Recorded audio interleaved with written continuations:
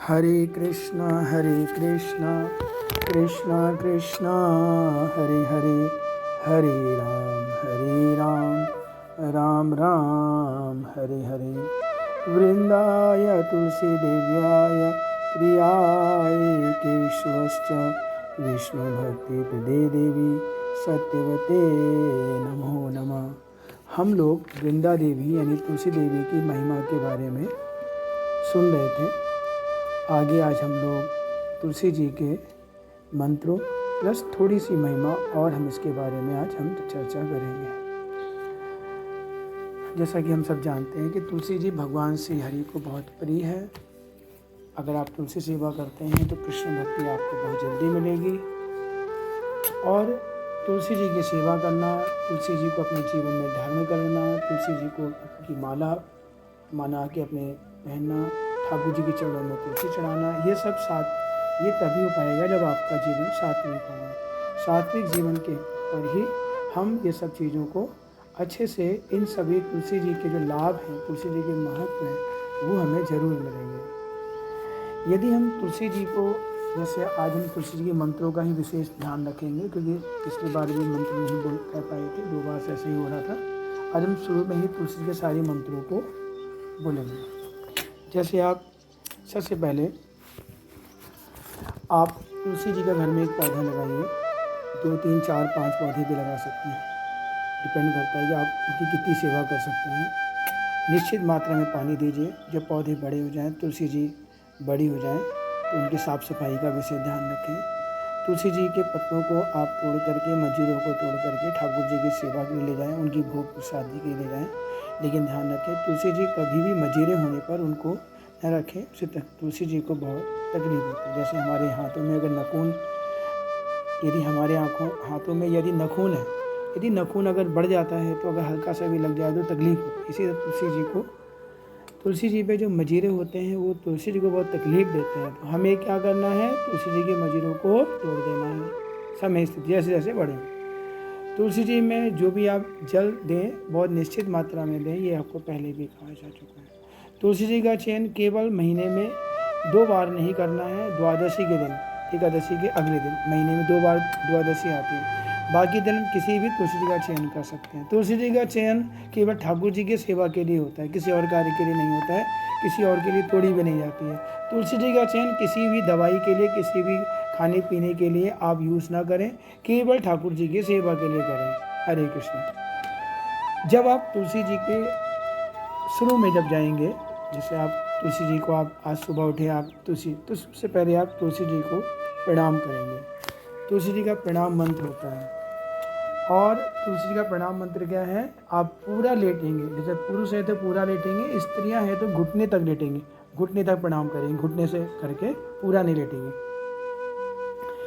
इसका प्रणाम मंत्र है तुलसी जी का, वृंदाय तुलसी देव्याय प्रियाय केशवस्य च विष्णु भक्ति प्रदे देवी सत्यवते नमो नमः। दोबारा एक बार और बोलता हूँ, वृंदाय तुलसी दिव्याय प्रियाय केशवस्य च विष्णु भक्ति प्रदे देवी सत्यवते नमो नमः। हे वृंदा देवी, हे तुलसी देवी, जो आप भगवान श्री कृष्ण की जो प्रिया हैं, हाँ, जो विष्णु भक्ति देने में बहुत सामर्थ्य हैं, मैं उनको बहुत अच्छे से दिल से प्रणाम करता हूँ। मतलब जो तुलसी जी विष्णु भक्ति देने बहुत आसानी से दे देती हैं, उन तुलसी देवी को जो भगवान केशव की बहुत प्रिय हैं, उनको मैं दिल से, हृदय से, मन से दंडवत प्रणाम करता हूँ, ताकि मेरी भक्ति में उन्नति हो। तो ये इस तरह आप तुलसी जी को सबसे पहले प्रणाम करें। प्रणाम करने के बाद फिर तुलसी जी पर प्रतिदिन जल जरूर दें। जल आप कैसे दे सकते हैं, चाहे तो अगर छोटी तुलसी जी है तो उसको आप आचमन से दीजिए। जो मतलब कुछ 8, 10, 11 परिवार के 11 सदस्य हैं तो हर सदस्य 4-5 आचमनी छोटे चम्मच होते हैं, उससे दे सकता है। बाकी अगर जल कम पड़ता है तो बाद में एक डाल सकते हैं। और डिपेंड करता है कि तुलसी जी का जो गमला वो कितना बड़ा है, उसके हिसाब से, ठीक है ना, उस हिसाब से हमें तुलसी जी की जल देना चाहिए। ज़्यादा जल नहीं देना चाहिए, क्योंकि तुलसी जी को जल से अंतर ध्यान भी हो सकते हैं। जब आप तुलसी जी में जल दें तो जल देने पर आप इस मंत्र का प्रयोग करें। इसे स्नान मंत्र कहते हैं, तुलसी स्नान मंत्र। ओम गोविंद वल्लभाम देवीं भक्त चैतन्य कारिणम स्नापयामि जगद्धात्रीं कृष्ण भक्ति प्रदायिनम। एक बार और सुनेंगे। ओम गोविंद वल्लभाम देवीं भक्त चैतन्य कारिणम स्नापयामि जगद्धात्रीं कृष्ण भक्ति प्रदायिनम।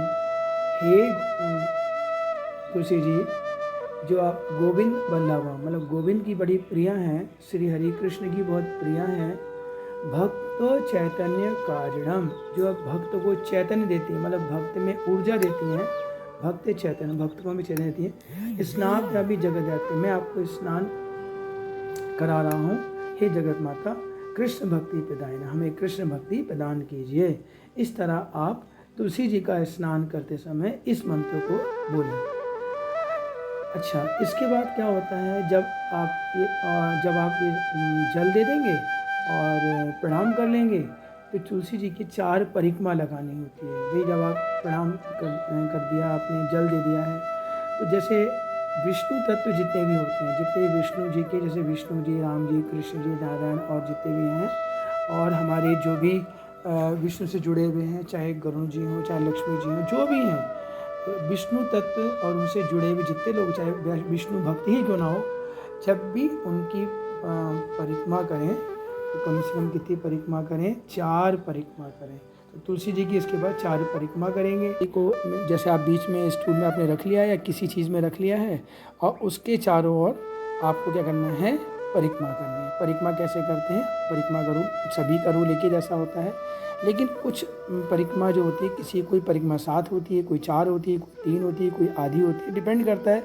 लेकिन विष्णु तत्व जितने भी होते हैं, विष्णु और हम, क्योंकि तुलसी जी विष्णु ठाकुर जी के बहुत प्रिय हैं, कृष्ण जी के बहुत प्रिय हैं, तो कृष्ण भगवान से जुड़े हुए जितने सबकी 4 ही परिक्रमा होती है। तो 4 परिक्रमा करते जाइए हाथ जोड़ करके, और मुँह से बोलते जाइए। क्या बोलते जाएंगे? इसका इसे बोलते हैं श्री तुलसी प्रदक्षिणा मंत्र। क्या है? यानी कानी च पापानि ब्रह्महत्यादि कानी च तानि तानि प्रशयन्ते प्रदक्षिणा पदे पदे। इसका मतलब होता है यानी कानी छापा पानी, मेरी कोई भी पाप हो, यानी कानी माने यानी कानी कोई भी, पूर्व जन्म के हो, इस जन्म के हो, कोई भी हो, ब्रह्म हत्यादि कानी जा, एटलीस्ट कोई ब्रह्म हत्या तक मुझसे पाप, सबसे बड़े पाप को ब्रह्म हत्या बोला गया, ब्रह्म हत्या के बराबर कोई पाप। अब मैं एक बात आपको बता दूं कि ब्रह्म हत्या के बराबर पाप कौन कौन से, जो जैसे ब्रह्म हत्या, जैसे ब्राह्मण की हत्या, कोई ऐसे वैष्णव की हत्या, या किसी ऐसा आपने कार्य कर दिया है। कुछ एकादशी व्रत भी ऐसे हैं, अगर आपने नहीं करा, साल की कुछ एकादशी व्रत होते हैं, अगर आपने नहीं करा, उसमें भी ब्रह्म हत्या पाप लगता है। इसलिए कुछ लोग जो पुराने ज़माने वो सब लोग नहीं करते हैं एकादशी, वो कुछ ही एकादशी कर लेते हैं जो बेन होती हैं, लेकिन ये ध्यान रखना, उससे ब्रह्म हत्या पाप लग रहा है। लेकिन और एकादशी ना करने भर भी पाप लगता है, उसमें सबसे बड़ा पाप लग गया तो लोग कहते हैं लो ब्रह्म हत्या का पाप लग रहा है, लाओ ये बड़ी एकादशी साल की आ रही है, उसको मैं कर लेते हैं। साल की कुछ बड़ी एकादशी, निर्जला एकादशी है, शयन एकादशी है, देव उठावन एकादशी, ऐसी एकादशियाँ होती हैं जिनको हर लोग करते हैं, जो नहीं भी जानता वो भी करता है, कई पीढ़ियाँ चली आ रही हैं, इन एकादशी को लोग करते हैं। लेकिन इसका मतलब है केवल वो इस डर से करते थे कि हमें ब्रह्म हत्या का पाप ना लगे। लेकिन मैं आपको बता दूं, ब्रह्म हत्या का पाप है, लेकिन और एकादशी को करने पर भी मैं बता दूं, ब्रह्म हत्या का नहीं लगा तो हत्या का पाप तो लगता ही लगता है। तो इसका मतलब वो भी करनी जरूरी होती हैं, इसलिए हमें हर एकादशी करनी चाहिए। तो फिर भी अगर आपने कोई ऐसे जन्म है या किसी और जन्म में इस तरह आपने एकादशी व्रत नहीं किया था, या भूल गए थे, या आपको जानकारी नहीं थी, आपने, क्योंकि हर व्यक्ति जब समझदारी होती है, जब कोई समझाता है, ज्ञान देता है, हाँ, जब हम गुरु माध्यम से जुड़ते हैं तो हमें ज्ञान मिलता है, तो हम एकादशी व्रत शुरू करते हैं, और हमने जो पूर्व की एकादशी नहीं करी थी वो हमारे पाप लगा, या हमने ऐसे बहुत सारे पाप करे थे जो हमें नहीं मालूम। तो ये कहना चाह रहा है यानी कानी च पानी, मतलब इस जन्म के पाप, अगले जन्म के पाप, ब्रह्म हत्यादि कानीच, एटलीस्ट ब्रह्म हत्यादि यदि ब्रह्म हत्या के तुल्य यदि मैंने कोई जो पाप किया है, तानी तानी प्रशयंती, जैसे जैसे मैं प्रशयंती करूँगा, जैसे जैसे मैं आगे बढ़ूँगा, प्रदक्षिणा पदे पदे, जैसे जैसे मैं इस परिक्रमा को लगाऊंगा और मैं एक एक पद को आगे बढ़ाऊंगा, वैसे वैसे मेरे पाप क्या होते जाएंगे, धीरे धीरे कम होते जाएंगे। जो जन्मों के पाप हैं वो घटेंगे। इस तरह अगर आप पूरे साल, पूरे समय, जीवन भर अगर आप व्रत कर लीजिए कि आप तुलसी जी की 4 परिक्रमा लगाएंगे, भरोसा माने ये हमारे जीवन के ऐसे पाप जो हम जानते भी नहीं हैं वो धीरे धीरे हटेंगे। देखो पाप तो होते हैं, बार बार कह चुका हूँ, पाप 2 प्रकार के होते हैं, जाने में, अनजाने में। जाने में पाप सब जानते हैं कि मैंने ये गलत काम किया है, लेकिन अनजाने पे में पाप आपको मालूम ही नहीं। आप साइकिल चला रहे थे, बाइक चला रहे थे, कार चला रहे थे, कोई जीव आ गया, मर गया। आप खुद भी चल रहे थे, कोई पेड़ पैर के नीचे कोई जीव मर गया, तो देखो सबसे बड़ा पाप हत्या का ही होता है। दूसरा पाप होता है आपने किसी के 1 रुपये भी चोरी कर लिए हैं, हाँ, आपने किसी का धन चुरा लिया है तो भी पाप है। आपने अपने माता पिता, अपने बड़े भाई, अपने स्त्री है तो पति, जो भी हैं उनके प्रति आपने, कोई जब बड़े हैं, जो भी आपसे बड़े हैं उम्र के और वो इसके योग्य भी हैं, आपने उनके प्रति आपने कुछ अपराध कर दिया, उनसे ऊंची आवाज़ में बोल दिया तो भी गलत है। आप ये भी समझ लिया कि आपने अपने बड़े भाई का कोई धन हड़प लिया है। देखिए इसका एग्जाम्पल मैं आपको सीधा से दे देता हूँ। महाभारत की लड़ाई भी, महाभारत में क्या था, भगवान ने किसका पक्ष लिया था? भगवान ने केवल किसका पक्ष लिया था जानते हैं आप? पांडवों का पक्ष लिया था, युधिष्ठिर का पक्ष लिया था।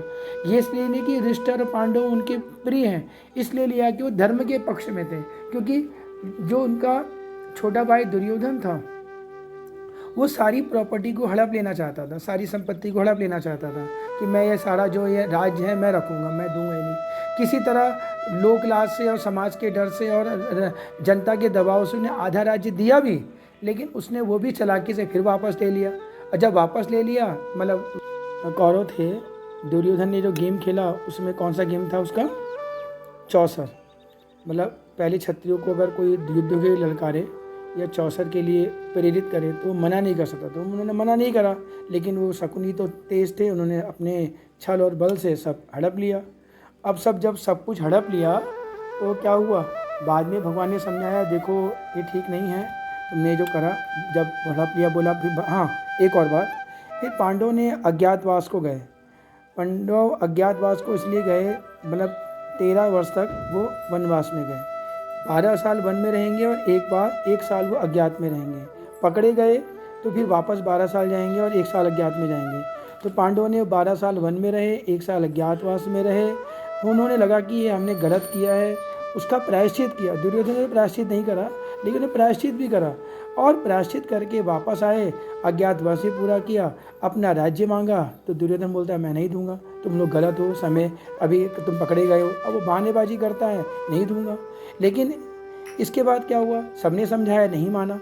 भगवान भी समझाने गए कि भाई देखो ऐसा है, तुम उसको नहीं देते हो आधा राज्य, केवल 5 गाँव दे दो।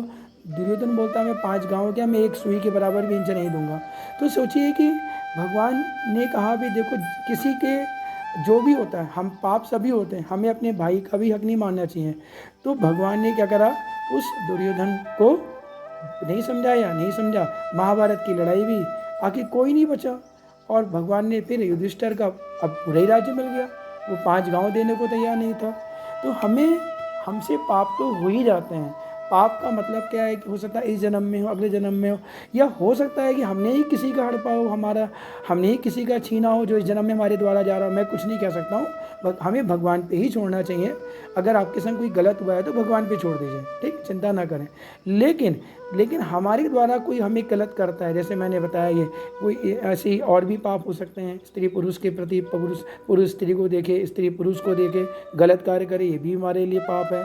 इस तरह और भी पाप हो सकते हैं। हम बड़ों के लिए, जैसे हम बताए बड़ों के लिए तो पाप है, या हमने कोई ब्राह्मण को निंदा कर दी, किसी वैष्णव की निंदा कर दी, हमने अपने गुरु के प्रति निंदा कर दी, हाँ, या हो सकता है मैं नहीं नाम बोलूँगा, आपने किसी जीव जंतु को मार दिया, उसका नॉनवेज खा लिया होगा किसी जन्म में, या आप भी खाते हो। ये सब पाप होते हैं। लेकिन अगर हम हमारा जीवन सात्विक हो जाता है, हम भगवान से जुड़ जाते हैं, तो इन सब पापों से धीरे धीरे हमें मुक्ति मिलती है।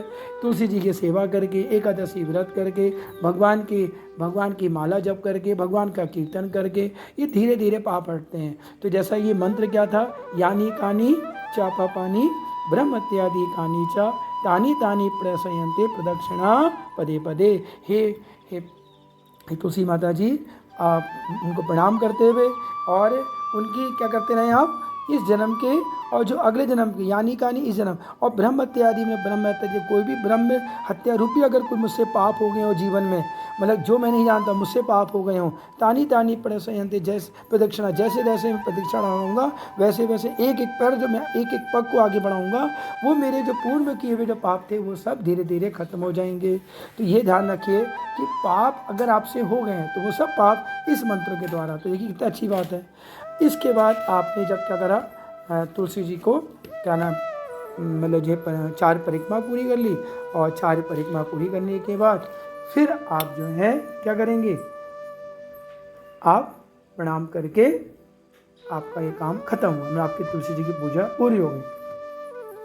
और जब आपकी तुलसी जी की पूजा पूरी हो जाती है तो फिर आपको तुलसी जी को, भाई आपने तुलसी जी की पूजा तो कर ली, आपने तुलसी में जल चढ़ा दिया, तुलसी में दिया दीपदान कर दिया, सब कुछ अच्छा। तुलसी में दीपदान भी करना चाहिए, सुबह शाम 2 टाइम दीपदान करना चाहिए। दीपदान का मतलब घी का या तिल का तेल या जो भी शुद्ध तेल होना चाहिए, सरसों के तेल से नहीं करें, कोशिश कीजिए शुद्ध घी या क्या नाम है उसका तेल, किसका, तिल का तेल, इससे आप क्या करें, दीपदान करें। दीपदान का मतलब घी की बत्ती बनाएं और उसको आप तुलसी के सामने रख दें, जैसे दीपदान कहते हैं। इसके बाद आप हाथ धोइए, फ्रेश होइए, अच्छे से जाइए, अपना संध्या पूजा पाठ कीजिए। फिर आपको तुलसी जी की ज़रूरत पड़ेगी ठाकुर जी के चरणों में चढ़ाने के लिए, और तुलसी की ज़रूरत पड़ेगी भोग प्रसाद, आप भगवान को भोग लगाएंगे उसके लिए।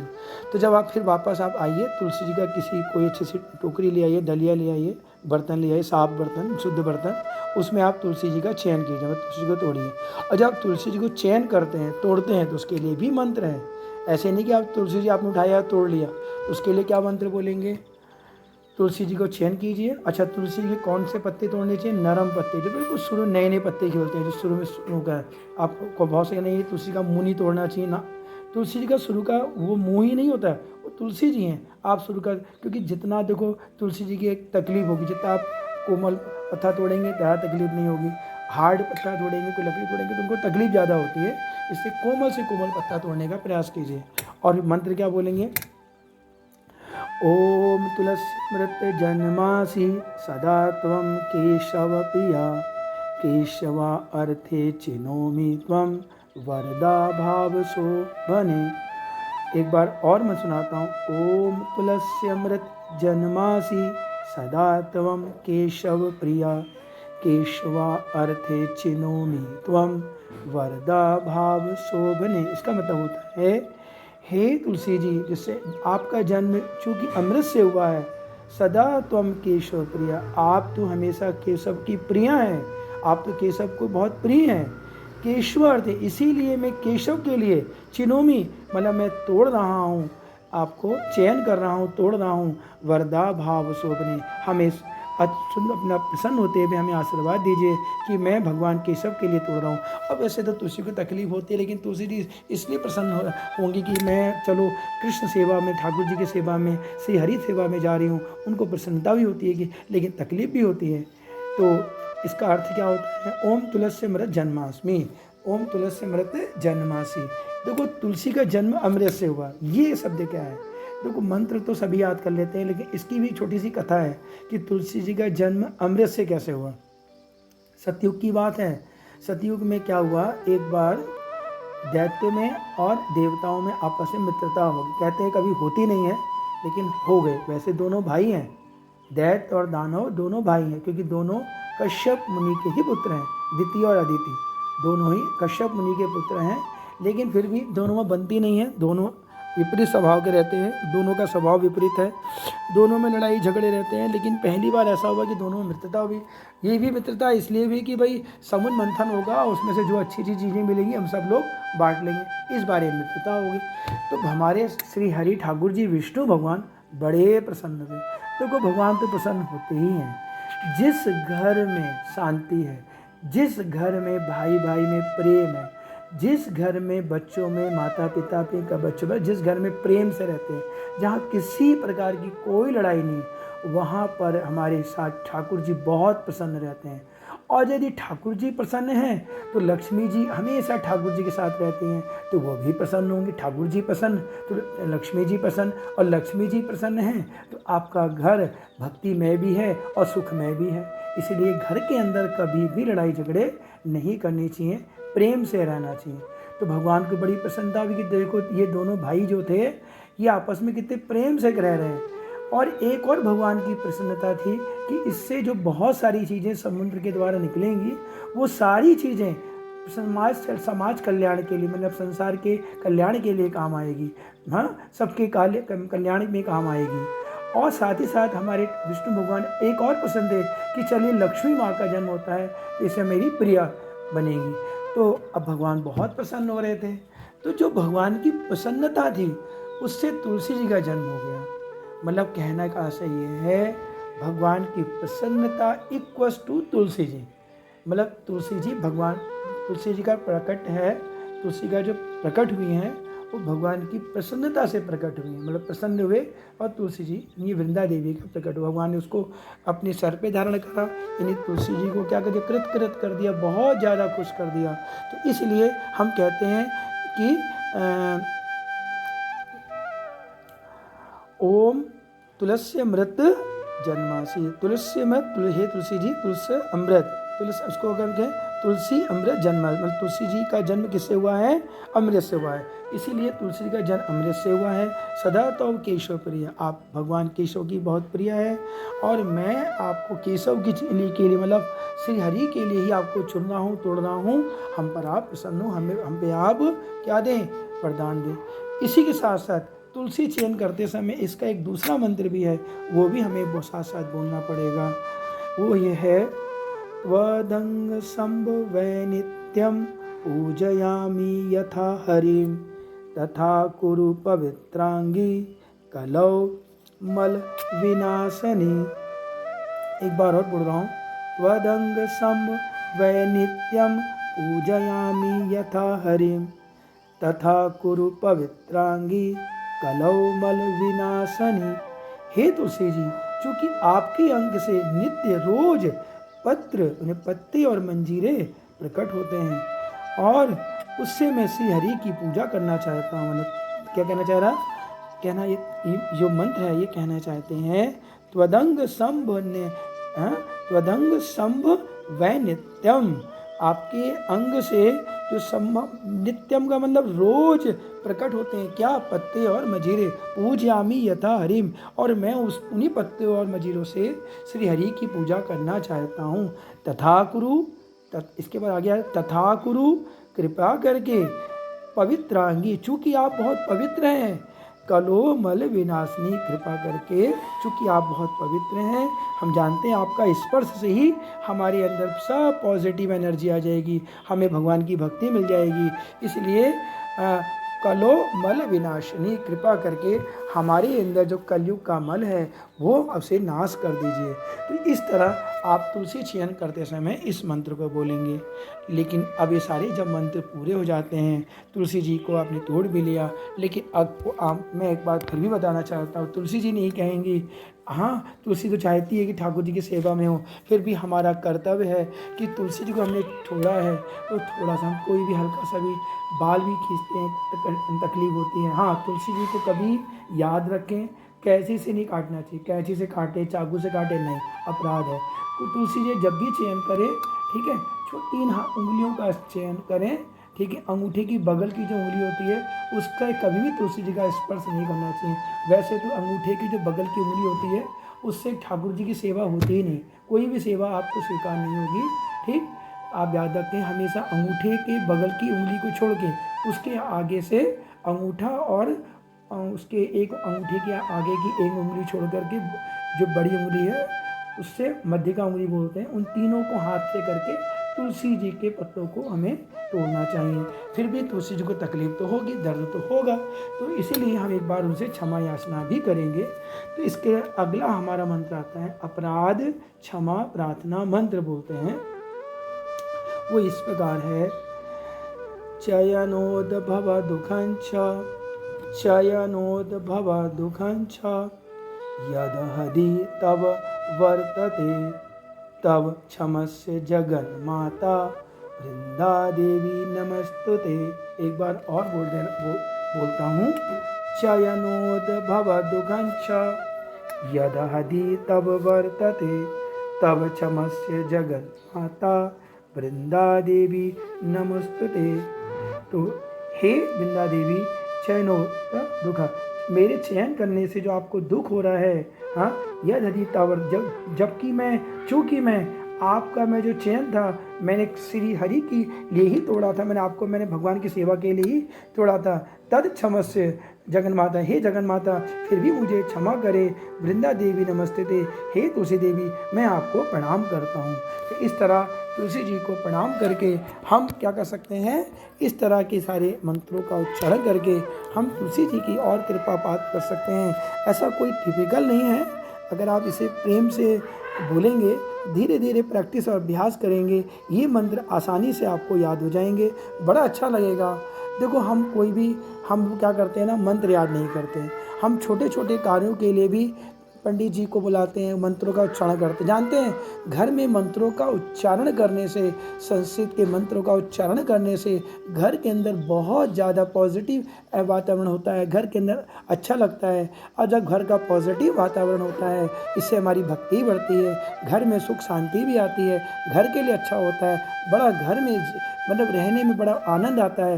देखिए हर व्यक्ति बहुत दुखी है, दुखी क्यों है? क्योंकि वो अपने कर्तव्य को नहीं पूरा करता है। अगर हम अपने कर्तव्यों को पूरा करें, हम भगवान श्री हरि के चरणों में शरणागत हो जाएं और थोड़ा थोड़ा सा नियम बनाना शुरू करें, अपने जीवन में आध्यात्मिक क्षेत्र की तरफ बढ़ना शुरू करें, फिर देखिए घर का वातावरण कितना सुंदर होगा, परिवार के सारे सदस्य सुंदर होंगे। लेकिन ध्यान रखें, हमेशा ये शिक्षा अपने बच्चों को दे ताकि वो बच्चे धीरे धीरे बड़े होकर के वो भी अच्छे बने। हम क्या करते हैं, अरे ये तो बच्चे हैं, छोटे हैं, इनको अभी नहीं करना है, बड़े होकर कर लेंगे। ये हमारी सबसे बड़ी मूर्खता होती है। क्योंकि देखो जब कोई पेड़ होता है ना, पेड़ को अगर हम मोटे पेड़ को हिलाएंगे तो नहीं हिलेगा, लेकिन एक छोटा सा पौधे को जिधर मोड़ेंगे उधर मुड़ जाएगा, और इधर धीरे धीरे जहाँ आप चाहोगे उधर मुड़ जाएगा, और आपके अनुसार वो पेड़ बनेगा। इसी तरह जब वो बच्चे मजबूत हो जाते हैं, 16-17 साल के हो जाते हैं, तो उनको आप सोचो कि भजन लाइन में ले आओ, उसे आध्यात्मिक क्षेत्र में ले आओ, या उन्हें अच्छा बना पाओ, तो नहीं हो पाएगा। बच्चों को संस्कार 5-6 साल से हमें देने शुरू कर देने चाहिए। उन्हें आध्यात्मिक संस्कार देंगे तो उससे आपका ही फायदा होगा। कल को आप बड़े होंगे, बुढ़ापा आएगा तो वो बच्चे आपका ज़रूर सपोर्ट करेंगे, ध्यान रखेंगे, और समाज के लिए भी अच्छा रहेंगे, आपके लिए भी अच्छा रहेंगे। हमेशा हमें क्या चाहिए, बच्चों को अच्छी शिक्षा देनी चाहिए, बच्चों को अच्छा समझाना चाहिए। ये नहीं कि बड़े हो जाएं, और मालूम है उसके लिए पहले हमें खुद तैयार होना पड़ेगा, हमें खुद समझना होगा। देखो जैसा हम करते हैं वैसा बच्चे करेंगे, धीरे धीरे करके बच्चे वही बड़े हो जाते हैं। बाद में उसको हमको बोले कि भाई तुम ऐसा करो, तो बोले हम तो नहीं, हम तो ऐसा करेंगे, हम करेंगे नहीं। आप याद रख लिए, आज आप 10 अच्छी बातें समझाएंगे ना, तो भरोसा मानिए आने वाले समय में वो 10 में से 4 या 5 अच्छी बातें ही सीख पाएगा, 10 तो सीख ही नहीं पाएगा। और अगर आप शुरू से उसको 10 वो अच्छी बात तो समझा ही नहीं रहे हैं, जो समाज में गलत हो रहा है आप भी उसी में लगे हैं, तो वो 10 उसके अंदर बुराइयां हैं, तो भरोसा माने आपसे बढ़कर वो जाएगा। अगर आपके अंदर 10 कमी है तो उसके अंदर 20 कमियां निकलेंगी भविष्य बड़ा होने पर। आपके अंदर 10 अच्छाइयाँ हैं तो उसके अंदर 5 अच्छाइयाँ बचेंगी। आपके अंदर 10 कमियां हैं तो भविष्य में जब बड़ा होगा तो उसके अंदर 20 कमियां आएंगी। इसलिए ध्यान रखें, हमें खुद पहले अच्छा बनना पड़ेगा ताकि हम अपने बच्चों को अच्छे संस्कार दें। हरे कृष्णा। इस तुलसी जी के मंत्रों को आप अच्छे से ध्यान देंगे। हरे कृष्णा कृष्णा कृष्णा हरे हरे, हरे राम राम राम हरे हरे।